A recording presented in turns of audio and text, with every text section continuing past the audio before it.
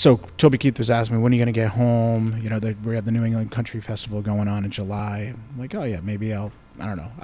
Maybe I'll go. I'm not sure.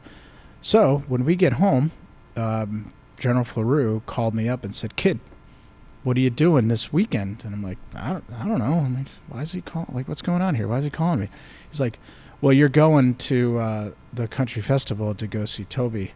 And we're going to go backstage and we're going to see him. And he's like, what's your brother doing also? I'm like, I don't know. I'm not like connected to him. He's like, he's going to come and his wife and some other people from the squadron. So now we're going to go do the show. We go outside, we get our seats. And before he sang, he spoke about us. He's like, I was just backstage with a couple guys I met in Afghanistan and just want to give a shout out. And then I can't even talk about it because I get emotional. It was for American Soldier. It was before he sang that song, and he like pointed us out. And I was just like, "Holy crap! Like this is amazing." All I do is go fly.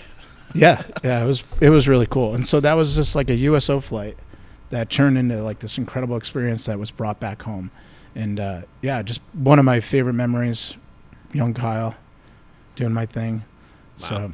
So there's another recruiting gig. Yeah, there you go. Become a loadmaster. Maybe you'll fly Toby Keith. Yeah.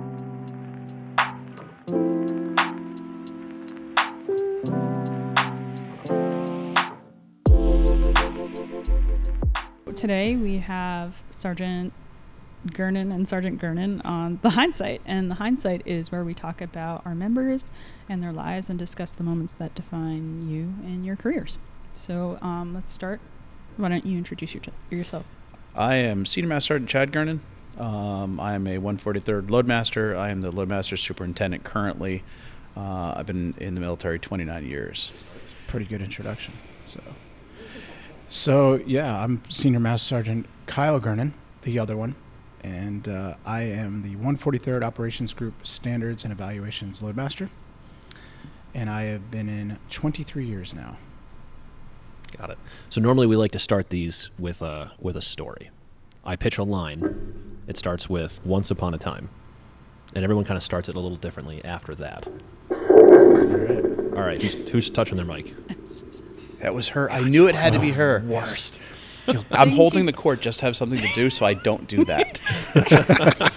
The little thing at the bottom just keeps. Oh, it's okay. in the way. Stop touching it. Once upon a time. I like that. Yeah. So obviously you joined first. Yes, sir. All right, 29 years versus 23. I mean, I may be a grunt, but I can work that one out. A little bit of math. I was actually in the Army first. No kidding. For a microsecond, yeah. All right. This is a good story. Excuse me, what? Yes, this is great. So once upon a time. How is this the first time I heard about this? Because it's kind of embarrassing, Thank you, but Mom. that's okay. So once upon a time, I was that kid that had no clue what to do. I was going to buy a pizza place. I was going nowhere. I worked 40 hours a week in high school, so D's graduate, I guess. Works out pretty well that way. So basically trying to get out of high school, going to open a pizza place, got money back from my uncle, and it all fell apart. And my dad gave me two choices. Go in the military, because we're from a military family, or go to college. That was never going to happen. So I joined the Army the night before I was supposed to leave for MEPS and then off to the Army. The phone rings at the pizza place. I'm mopping the floor for the last time, and the phone doesn't ring at this late at night. It's weird. Maybe it's the owner. And my mom, crying. She cries a lot because she's a very emotional woman. And she's like, "You're not going in. I canceled it." I'm like, "What? You ruined my life." Oh, no. Didn't talk to her for a while. Couldn't figure out my own act. And then did the MEPS. My dad knew a friend that was in the Guard. She worked command post. And then went to meet some people. Met up with a recruiter. And I was going to go off basic training, do all that stuff. But when I went to MEPS, I was that loser that got the red folder of death. Sitting there, guy goes, "You got problems." I'm like, "No idea I had problems. I know I had problems, but not that problem." And then I had to get surgery for something, and then it was a 9-month recovery. On the ride back, of course, the recruiter's like, "Hey, we don't have that job anymore, so you got to pick something." So I went into life support at the time, and I thought on the drive in the car that was going to be like an ambulance driver. No idea. I knew nothing about the military. Both my uncles are helicopter pilots in the Army at the time, and they're like, "You got to be a loadmaster. You got to be a loadmaster or a boom operator if you're enlisted." And I'm like, couldn't get the job, but you had to know somebody, whatever. And then long story short, got a life support job, loved it. Loved the job, which basically life support is now transitioned to aircrew flight equipment. But they handle all the equipment for the air crew. I was going to be a pilot at that point in my head, blah, blah, blah, blah, blah, whatever. And decided that that was going to be a career. Got a full-time job as a technician at that time. And then, long story short, these two guys came in and they're like, bro, we need a helmet. And I'm like, helmet? I'm like, we leave for like load school. I'm like, all right, I'll size you up and come back next drill and I'll have your helmets for you. And they're like, no, like we're like leaving now. I'm like, and it takes a long time to build up a helmet for the flight crew and the mask and everything.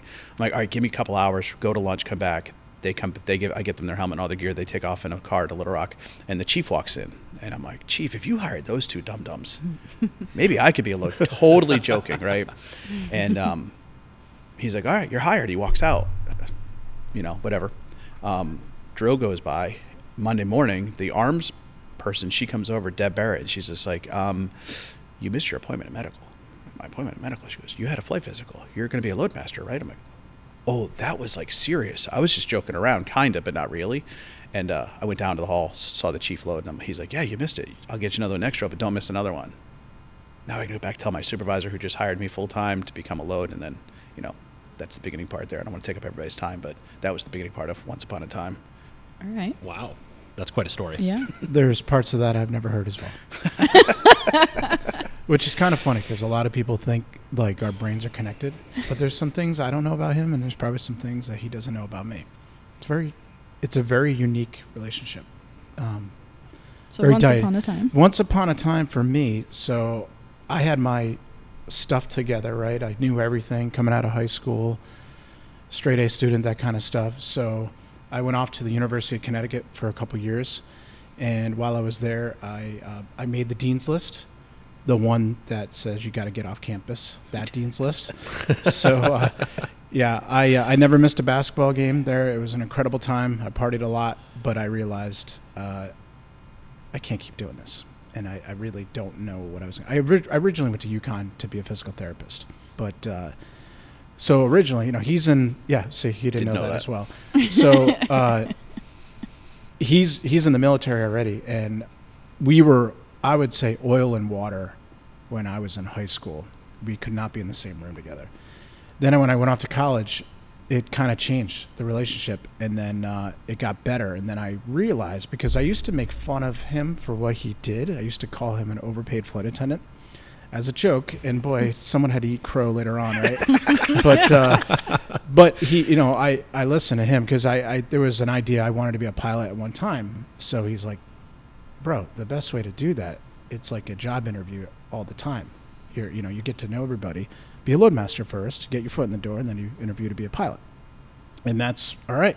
So I went to the air show with him in 1997, June of 97, and I just got to kind of be right next to him and in kind of like behind the scenes stuff and like check it all out. And I'm like, this is pretty cool. I think I want to do this. And he was like, wait, whoa, really? And I'm like, yeah, let's do it. And I couldn't believe I was like all in. And so I enlisted August 21st in 1997, and then I graduated basic training August 21st in 98. So it's kind of cool. Like, it's weird. I joined being a loadmaster. Obviously, I'm a guard baby at heart, never active duty. And then now the pilot thing, right? So I'm doing my thing as a loadmaster, trying to be the best loadmaster that I can be. Have a good reputation, don't mess up, all that kind of stuff. Keep my nose clean, and then so kind of a neat story of my career is I interviewed with Colonel Wiggins, our wing commander, for the pilot board in 2001. And we both got selected to be primary candidates for pilot training. So that was the weekend before 9/11. So 9/11 is on a Tuesday. I get my letter in the mail on Monday. It says you're the primary candidate. And then 9/11 happens on Tuesday. It didn't work out for the pilot training thing for medical reasons, but like my brother said, you were meant to kick them out the door, meaning the troopers that were airdropping. You're not meant to fly them there. And that's what happened. So I said, hey, I'm going to keep going to college because the benefits got better at the time. It wasn't what it is now. And that's really where it all started. And I'm like, oh, this is like a career. I watched, he made a career out of it. Why can't I do it? And so that's why I've been a full-timer since 2006. That's funny because that's not the moment I thought you wanted to do this, because I wrote that down. Oh, you did? Yeah. So he was home for break from UConn, and I had to go up to, I want to say, someplace in Mass, to some weird warehouse.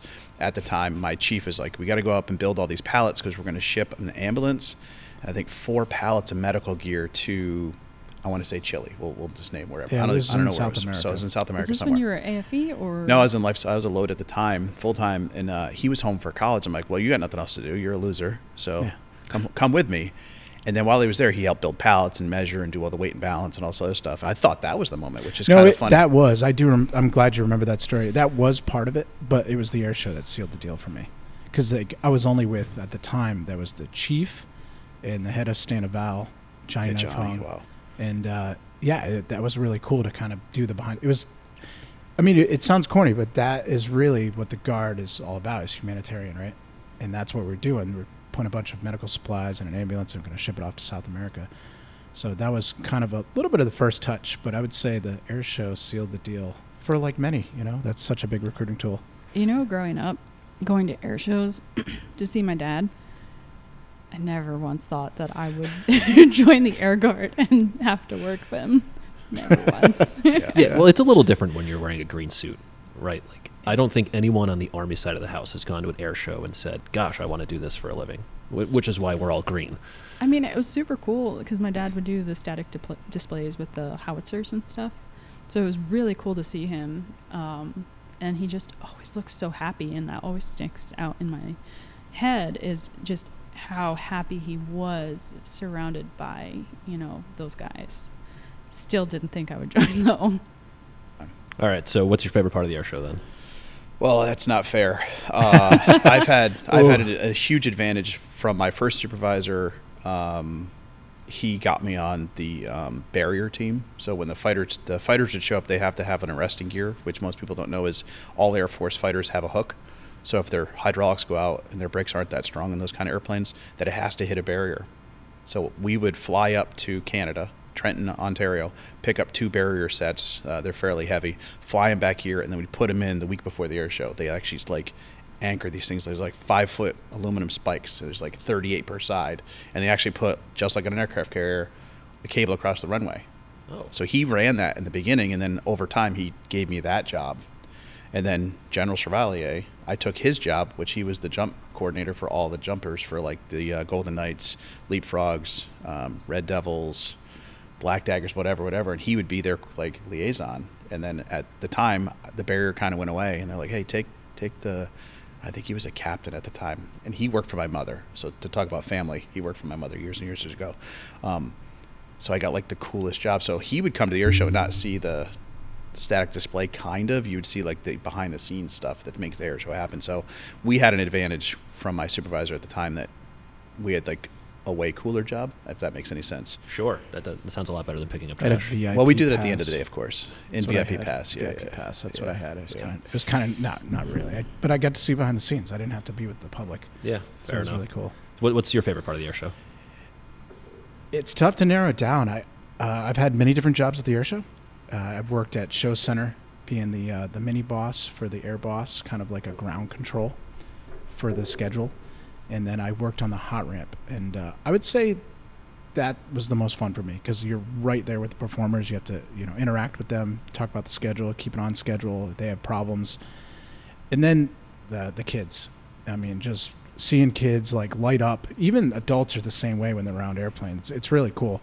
But that is the best part of the air show is the kids and the reactions. My most favorite memory of the air show is when my kids got a little older and they came over to the hot ramp and they got to hang out with Sean Tucker and John Klatt and Mike Goulian, and they were just on cloud 9. It was awesome. And they're so good at it. They're so good at dealing with, I shouldn't even say deal with the public, but they are just great ambassadors, what they do. And it was great. I mean, was it Rob Holland picked up my youngest son, Link, and put him in his airplane. He was just it was, his eyes lit up, and it's one of my favorite pictures is my youngest son sitting in his airplane. How old are your kids now? My boys are 10 and 8. And yours? 18. Yeah. Any aspirations? No. She will tell you maybe later would be probably what she would tell you. Yeah. Not now. Yeah. They're young, so they, what daddy does is pretty cool. And my oldest said he wanted to be a loadmaster. And I was I snapped real quick. I was like, what did you say? And he said, yeah, the things you get to do and the people you get to meet and where, everywhere you've been. And then so he said he was interested, he's only 10 right now.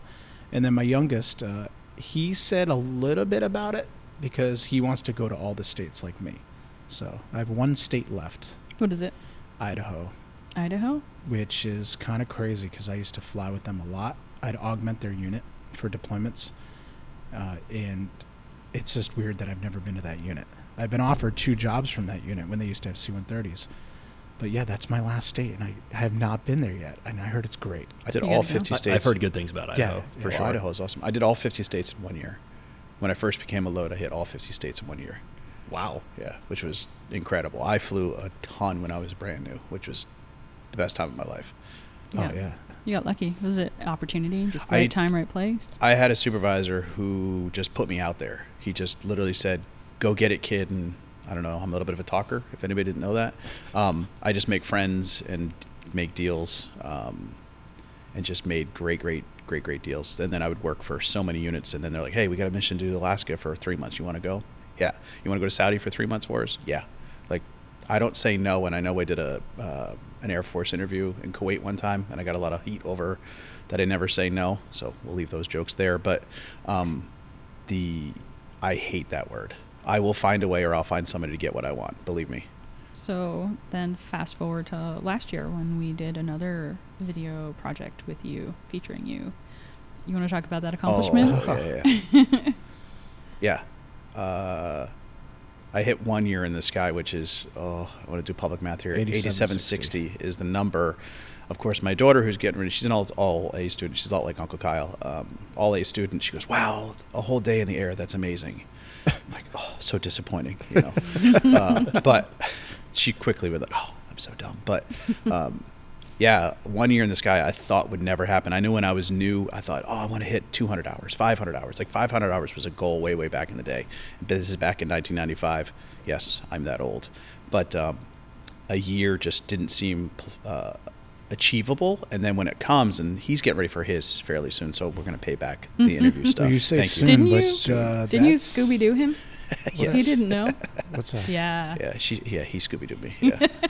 I don't think I've ever heard that term before. I've heard other terms used. That's a favorite of our prior boss. I like that. Yeah. Don't Scooby-Doo me. Yeah. I've gotten that a lot. Don't Scooby-Doo me, D. Love it. Yeah. And the coolest part about that, I have to give compliments to Major Buckley. So we land at Holland, LZ, which is a dirt LZ. We pull in, and 99.9% times you never shut the jet down. Of course, I'll get grief for saying jet, but he's like, oh, we're all going in. I kind of do the, that's weird. So we go in, and there's a 2-star or a 3-star. It's right. COVID had just kind of released a little bit, so everyone wants to jump. They're in this huge shed, and he calls everyone over, and he starts introducing the crew, and this is so-and-so, and he starts on the hours. I'm like, oh, because I was getting it while I was at Pope, which is a whole nother set of stories. We'll get into Pope in a little bit. Yeah, exactly. And I'm just like, oh, no, Major. And he just went into the whole thing, and then everyone shook my hand on the airplane coming in and out. I think we did like 6 lifts that day. It was just crazy, awesome Army day, I love the Army, sir. Okay, so that makes one person at the table. No, well, yeah. Well, good. Yeah, that's impressive. So for those of us who are, in fact, ground peasants, and I've heard the term loadmaster.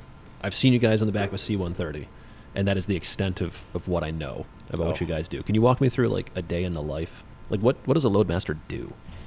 What do we do? That's a funny statement on its own. So basically, the day starts with a bunch of paperwork that he puts out that we don't want to read. Through Stand of Valor, we work for big Air Force, so whatever AMC says comes out in this thing's called FCF, so we have to check a computer system that tells us what's going on. We got to check our training that we need for the day, sign some paperwork, make sure we're all ready to go, fill out some CRM paperwork which says, we're healthy to fly. We'll step to the airplane, usually about 3 hours before the pilot step. We will do a full outside pre-flight. We'll power up the airplane, make sure the forms are good. Airplane's configured for what we want to do. So let's say we're dropping paratroopers for the day. We'll have to sling cables, get the airplane set up in the back, tape a lot of stuff out. Make sure the airplane's good to fly, and then we'll do the weight and balance. We'll make sure the airplane is not too heavy in the rear or in the front, and do all that paperwork. Make sure the Army can count. which usually the longest part of the day, I'm which sure. turns into a whole nother issue. Yeah, I feel like manifests in the Army are much different. Way than the Air different, Force. yeah, way different. And then the jump masters will come out. We'll do a jump master briefing, make sure we're doing everything safe and what the customer needs, and then we'll take off, on time, and then go to the DZ, open up the doors, and Army that way, Air Force this way. We stay inside the jet. Or, if it's not airdrop, we'll put some cargo in the back of the plane, our people, bring them where they have to go. We have all different customers. Navy, Coast Guard, Marines, and obviously the Army is the biggest one. But, yeah, a lot of times, a lot of questions. An air show question is, what's the biggest thing you ever put in the airplane?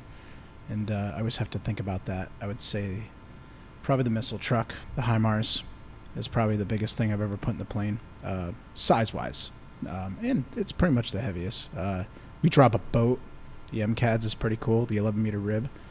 That's pretty wild. You airdrop that? Yeah, we airdrop that. It goes out on a special platform.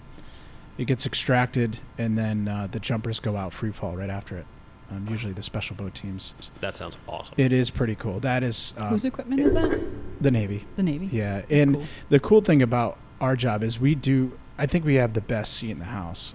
Granted, we are looking at the world backwards. The pilots are forward, direction of flight, and then when we open the rampant door in the back, we're looking at everything backwards, which can kind of mess your brain up if you're not used to it. Sure. Not as many windows back there looking out, but that is our job. We'll be looking out for threats if we're in a combat environment. Scanning the systems in the back of the plane. We look at the hydraulics occasionally, make sure there's no leaks, all that. Listen to the noises, make sure everything's normal. If not, we're going to report to the pilot. And then we help the pilots if there's anything wrong with the airplane.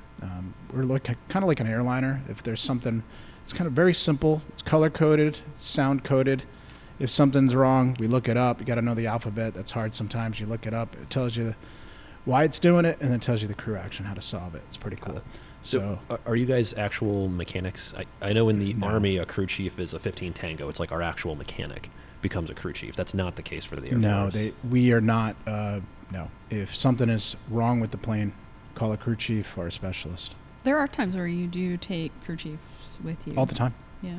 Absolutely. Yeah. Different missions. Except for combat, they're not allowed to fly in combat because Yeah. they don't have the SEER training. But usually we could do some minor, major. It's not make any sense, but major. We can get the gear down if it doesn't come down the right way with their flaps. We can do big stuff like that, but to fix the airplane day to day is just not our job or MOS. So it's very different than the other services where if I was a loadmaster in the Marine Corps, I'd be a specialist in either hydraulics, engines, or something. And then when they land, they got to do their job and their other job, which is very different than the Air Force. So, more about you guys. Go ahead and describe what it's been like to serve with your brother. Who wants to go first? I'll take that one. Yeah. So I thought about this earlier. What an opportunity, right? To serve with your brother. It's an honor. It's so cool. Not many people have a chance to say that. Like Chad said earlier, our uncles they were prior helicopter pilots. So they knew a little bit about aviation, and then our grandfather his last plane he flew was C-130s out of Quonset. So that is why we are in Rhode Island, is because of our grandfather, because of Quonset Naval Air Station. So they used to have the Ski-Bird mission out of Quonset, the original Ski-Bird mission. So that's why we ended up here. So the military has been in our bloodline, obviously. And then when I had a chance to join, I'm like, all right, I'm doing it. I'm following his footsteps. So the kid that didn't know what he wanted to do set the next generation up in our family, if you think about it. So it's all because of him. That's weird. It's weird to hear. Yeah. Yeah, it's been an honor. It's very unique. It has its challenges sometimes. It's very different in the fact that we're in the same section, same job, same rank now. So that's odd. I don't think that happens a lot anywhere in the military. So kind of cool. I get his emails sometimes. He gets mine. Sometimes I get his voicemails, and they're looking for the wrong Gurnon. He still is sad. He's still mad about the Yeah. what do you call it? I haven't changed it in the gal. He gets mad at me. Yeah, I'm like, why don't you change your phone number in the gal so people don't keep calling my desk? And then also, yeah, me. I'm one of them. yeah. But So the coolest part was like he said earlier in the beginning part, like getting to know our lives, is when he was growing up.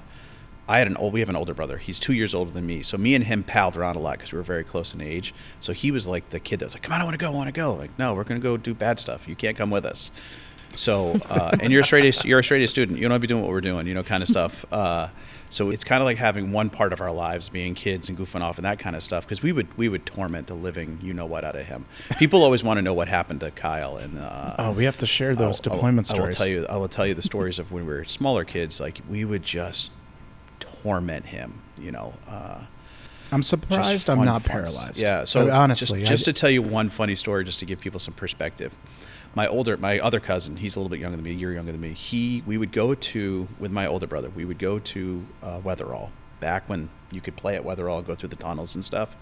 So every time we would go, in Jamestown, we would literally set up, and this happened, I would say 20 times. They fell into this trap every single time. And like, there's no way he's going to let us do this. We would go to the front of the line, me and my older brother, and my cousin would be in the back of the line. And then Kyle was never allowed to have a flashlight. And we'd be in the tunnels. And then we'd turn off the flashlights and run. And then my cousin would go to the top, and we'd make sure we stopped where Kyle was above a tube, an air tube, and we'd drop firecrackers on him.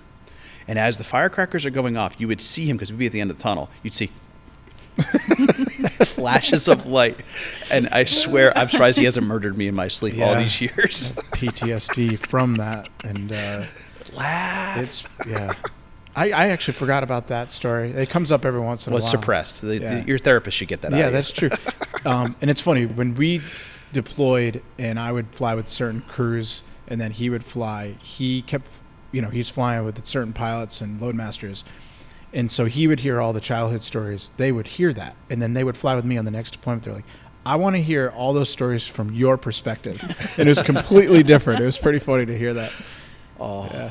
God, laugh. So then when he joined the military, it was a different kind of, well, your dad was in the military. So do you have any siblings in the military, sir? I do. In fact, my younger sister is an active duty Army nurse. Oh, nice. She's Nice. currently in D.C. going back to school on, I don't know, the Army's sending her for a nurse practitioner degree. Beautiful or something. then, huh? Oh. But yeah, she commissioned one day after me.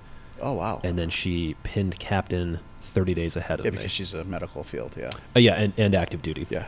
Good for her. So we have a lot of professional rivalry going on. Oh, yeah. Yeah. Well, That's super cool stuff. Speaking of rivalry. Yes. Yeah, Rivalry. That's a hard one. Yeah. Do you guys ever fight?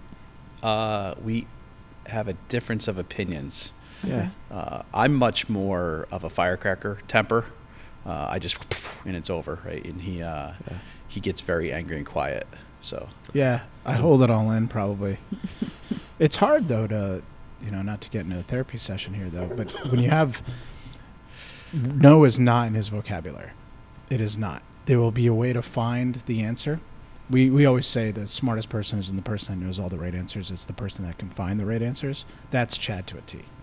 All right. And I try to do the same thing. I really do. If we have a disagreement or whatever, he will, it's just like boom in your face. If I can get him later on to apologize, it is like history. It's actually pretty cool. I write it down once in a while to see what happens. But yeah, it's going to happen, especially. And then a lot of people think we share our brains, so we will maybe agree with something. They'll just think, oh, I just thought if Chad is good with it, you're good with it. I'm like, no, it doesn't always work that way. But that's what happens when you're in the same section, same unit. Sometimes you just kind of get morphed into that. But he sets the bar, and that's a high bar. So and that's a good thing. But you gotta understand, every job that he's had, I've come in behind him and replaced him, so there's a reason for that. Yeah, that's the weird. joke. He makes it better. No, it's always a joke, but it's hard to come in and replace your brother. Like, you just had that shop, and you're just like, oh. This is a good segue into one of my questions, which is, why did each of you choose to stay after your first enlistment, and what's your why? Oh, I love that question. I absolutely love it, and I'll just tell you, I love that question because I believe. This is a theory, so tell me I'm wrong if this is incorrect. I believe the reason that people join is different than the reason people stay. And I think the reason people stay changes more than once. Certainly over a 29-year career, I imagine. Yeah. So if you have more than one answer, please prove me right. And give me all the answers as to why you stayed. And that would probably go in different, yes, I completely agree. It goes in definitely different phases of my life. So like Kyle talks about, one of his favorite times of his life was being deployed for those 2 years. It was the absolute worst moment of my life. We deployed to Oman in '02. I had a 30-day-old daughter. Didn't see her for almost 2 years. Wow. That's hard. Horrible. God bless my wife. Very hard times. No, I'm not going to get emotional about that one. But the moments in life that changed, or why I stayed, was I was AFE first, like the life sport, like I talked about earlier. It was taking care of the crews. I was definitely not the same person you know today. I was very quiet, very reserved, and then they gave me a job. Like, no one ever gave me a job. I'd always have to go find a job, like a summer job, you know, and then I'm like, wow, I really fit in here. My supervisor gave me a job. I'm like, wow, that's one thing. And then I told the story earlier about the 2 guys going off to load school. I want to be a load.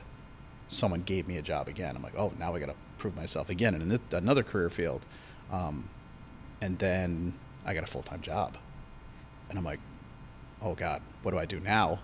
Holy crap. And then they made me an instructor. And then Kyle was at load school while I was at instructor school.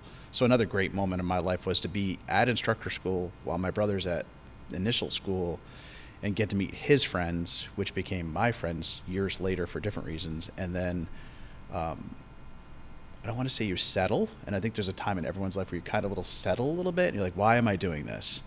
And then the spark came back again when I got the tactics job at the squadron. And it was just like working with the Army, just getting really good at airdrops, because my mentor at the time was an old Vietnam guy. And our stand-up Val guy, like Kyle talked about, was a stand-up Val. He was a Vietnam guy also. So to see these guys, hear their stories, they just drove you every day to be better. Like, and they're just their life stories, you know. And one of my funniest stories, and Kyle will tell you this, is Johnny Knifong, he would tell you, Chad, listen to me. He was from the South. He's like, Chad, listen to me.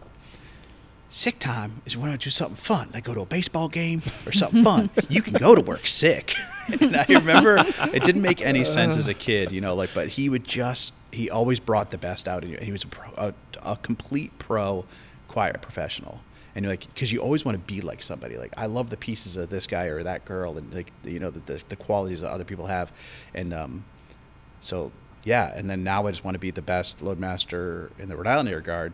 And then hopefully one day be the 4th chief ever. You know, I want to be the 4th chief ever of the loadmasters. And that's my drive now, but my drive has changed. I couldn't tell you how many times. So hopefully I proved you right, sir. No, thank you. Yeah, I want to impress I'll you. take that as a check. I'm very impressed. Thank you. That was good. Why do I have to follow that? Yeah, the why. Mm-hmm.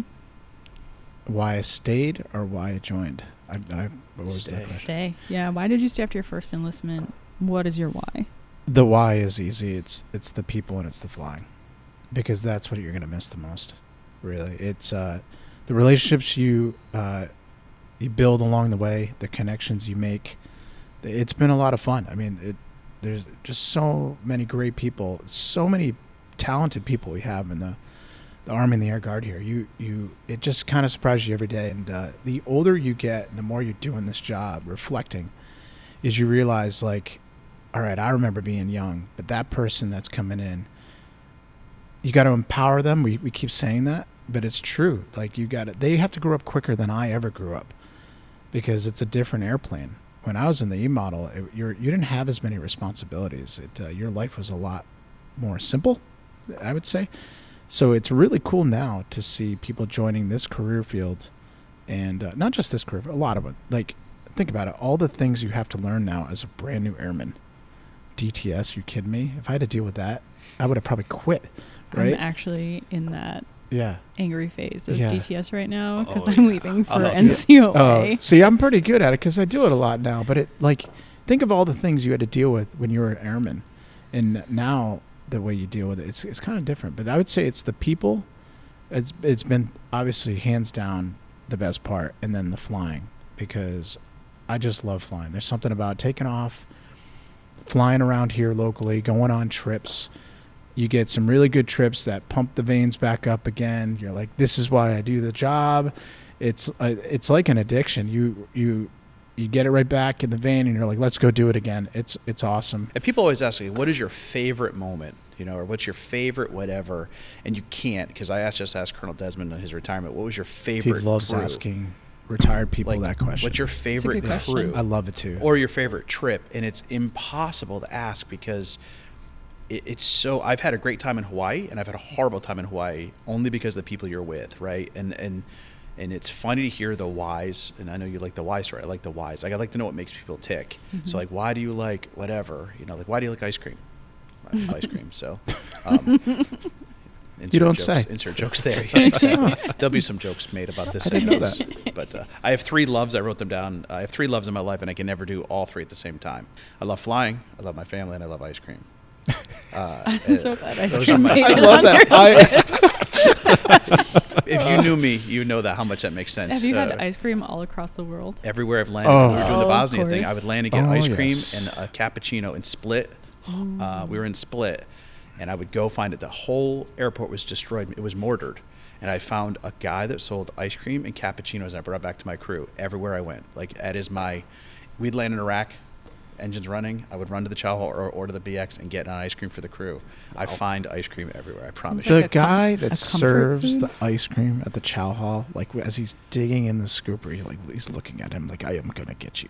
Like, like, it's so funny. And my brother will find ice cream. I will everywhere. find In ice fact, cream. it's a holiday for him on when a certain ice cream place opens up in Wakefield, Rhode Island. So Yeah. if you don't know me well, I Yeah. don't take leave ever. I'll Yeah. take one vacation a year. My wife forced me to take vacation.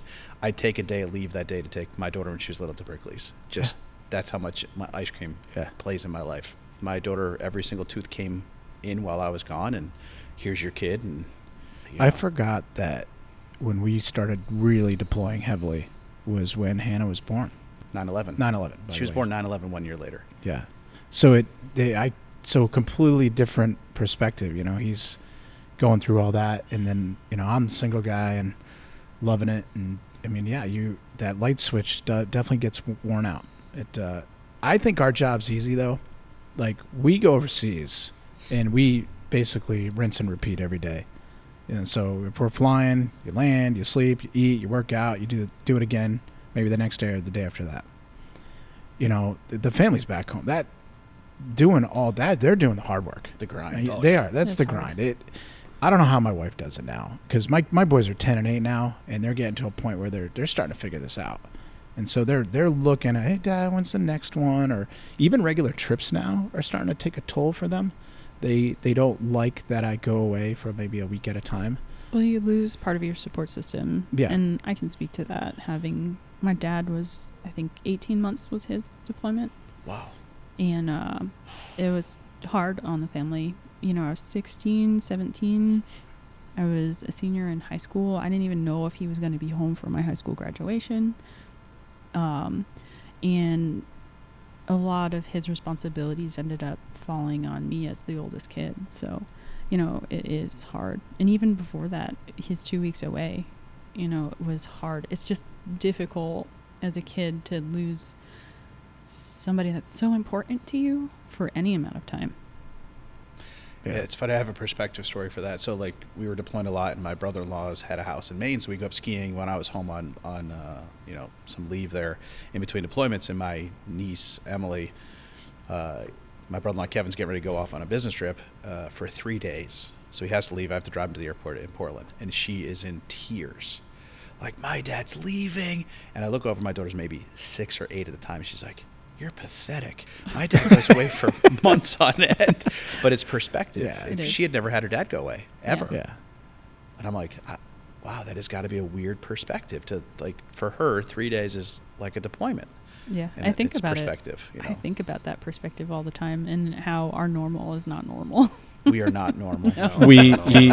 Especially put the Rhode Island Air Guard anywhere in the world, in the National Guard, and boy, do we stick out, don't we? Oh God, yeah. Our humor and just the way Yeah. we are, and I'm proud of that. I really am. The way you throw us anywhere in a room, and I think we're gonna separate ourselves in a good way. I learned the hard way. Sarcasm doesn't work Yeah. everywhere. No, it does not. No, that No. that dark gallows Yes. humor. Yes, it really. does. Yes, it does. Yeah. Yes, it does. But I love that. I love watching people kind of like, what is going on with these roadie guys coming in? But I think that's what makes a good relationship, though. Like, we always deploy with the California Air Guard.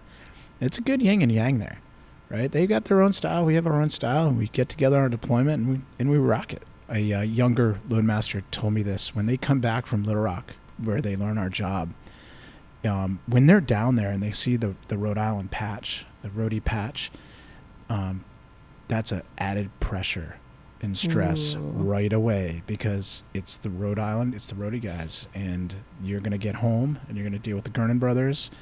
And I didn't realize that's pressure. And You set a precedent. We set a precedent, and I'm proud of that precedent. But then I realized, like, oh, that's got to be hard if you're a student. Yeah. Oh yeah. You know, I didn't get that.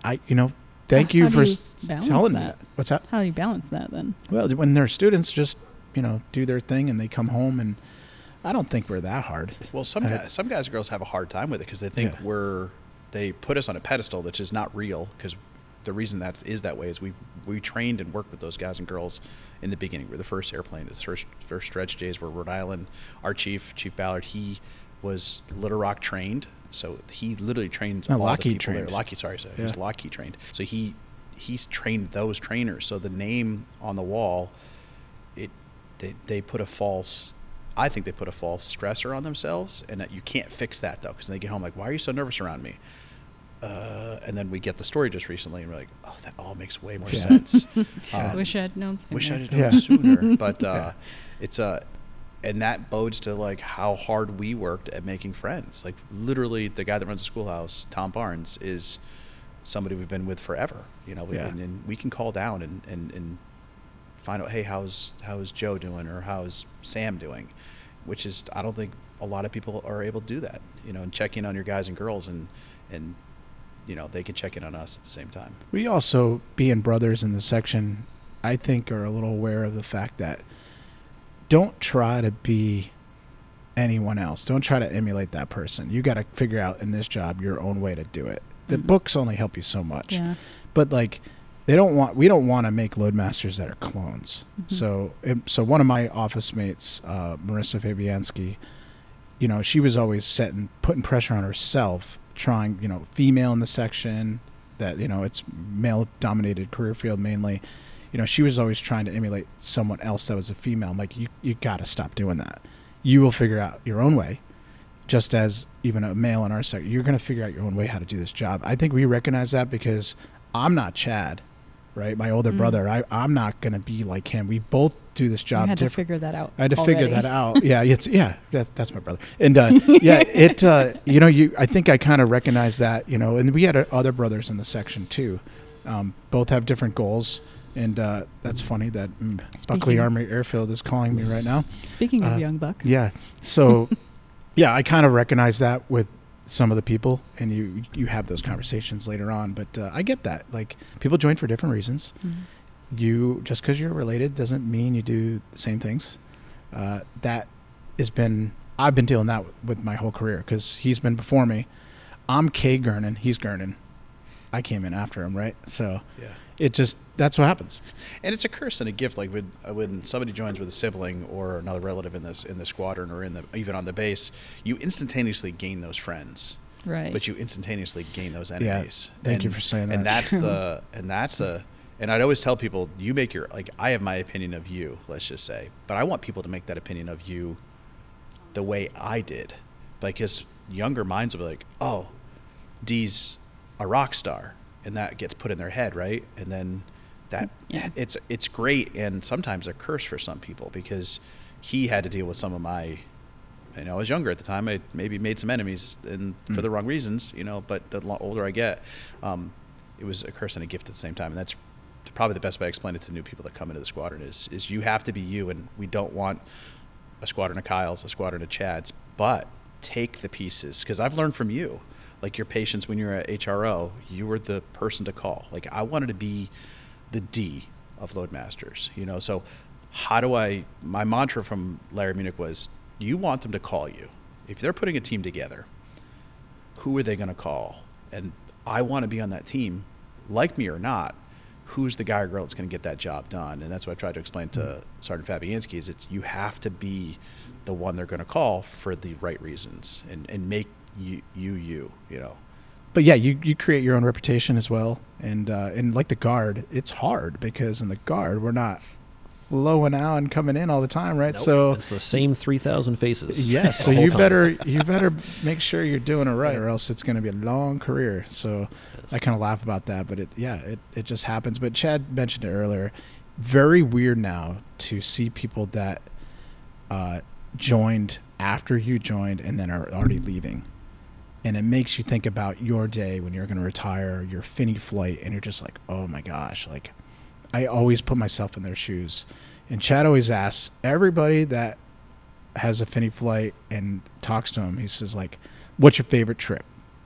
So I don't know this yet. So what is your favorite trip? Oof. Yeah.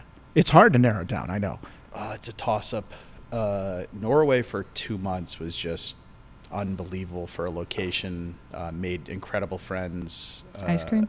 There was it's very expensive ice cream. I had one of the most expensive cups of coffee ever in Norway with my friend Havar, one of the loads we flew with over there. It's tough. That's a tough one. I don't know. There's so many for different reasons. I can't just put one trip. There's so many, which is, I hate to even say it.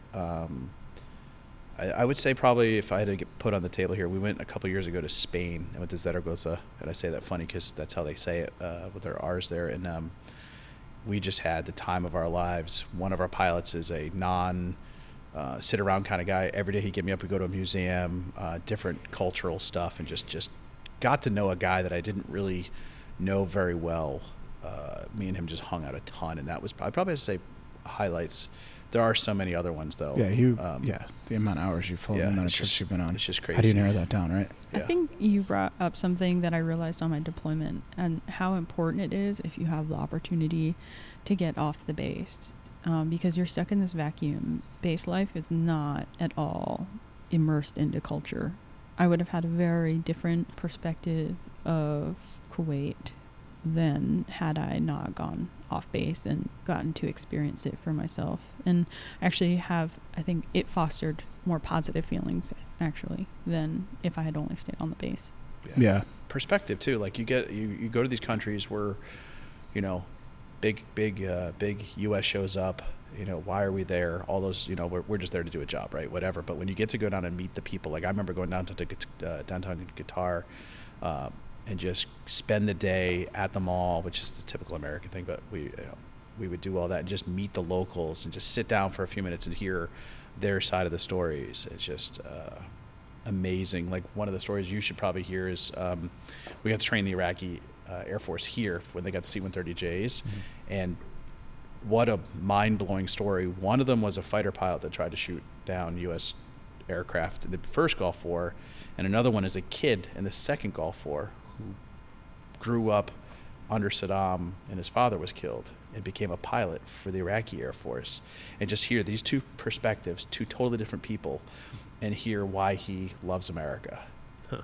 And it was mind-blowing to hear that happening at the same time we're training Denmark. So in the same airplane you had a Denmark pilot and an Iraqi pilot, and then loads in the back with us, and just hear their perspectives, and just it was mind-blowing. Interaction like that awesome. To me is like the coolest thing. Like anytime you're hauling anybody, the customer, you like talk to them, right?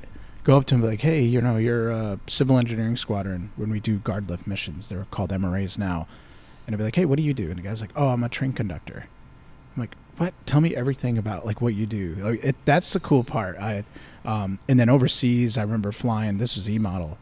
There was an Iraqi in the back of the plane, and obviously he didn't know English that well, but he had a translation book, and I tried to ask him some questions of like, what was it like before we came here? And he just was like going through his book, and he found the word afraid. And my mind was like, whoa, like, man, I have no idea what life is like. You know what I mean? Obviously over here, but like, yeah, imagine living your life in fear. This is before they even found Saddam, all that kind of stuff. So it's pretty wild things. I love the interaction with like passengers and users and stuff like that. It's wild. Is there anything that we haven't talked about that you wanted to add?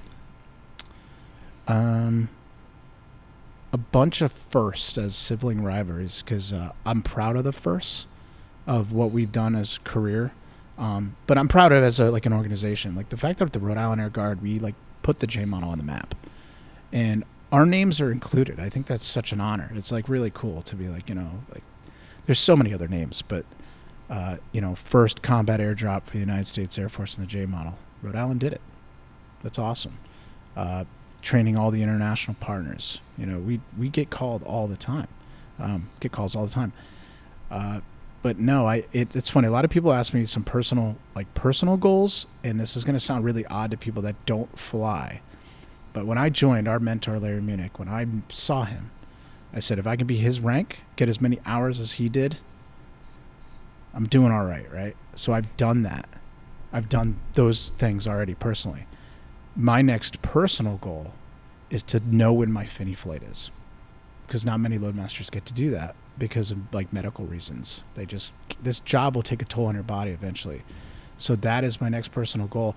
I think a new one is now I got to get to 1 year in the sky. I kind of have to set the bar on that. So 8760, I got a little bit to go. If I become a part-timer, that's going to be harder to get. But yeah, I want to know when my Finney flight is. Not to sound like doom and gloom, but that's such a neat thing. You get to go out and be like, man, this is my last flight. Get to enjoy it. I just, you just got to keep healthy, right? It's a big milestone. It's a huge milestone. I think it's awesome. And we just lost, not lost, but 2 great pilots retired. And I remember them joining around the same time I did, and now they're leaving. I'm like, oh man, really? And I can't wait till the day he retires. I think he's gonna outdo me though. Well, I have a different way that no one will ever know about. My retirement's going to be way different. I knew it would way be. different. Yeah, I figured. It'll involve an ice cream truck. Yeah. That's right. You did say it. Yeah. Yeah.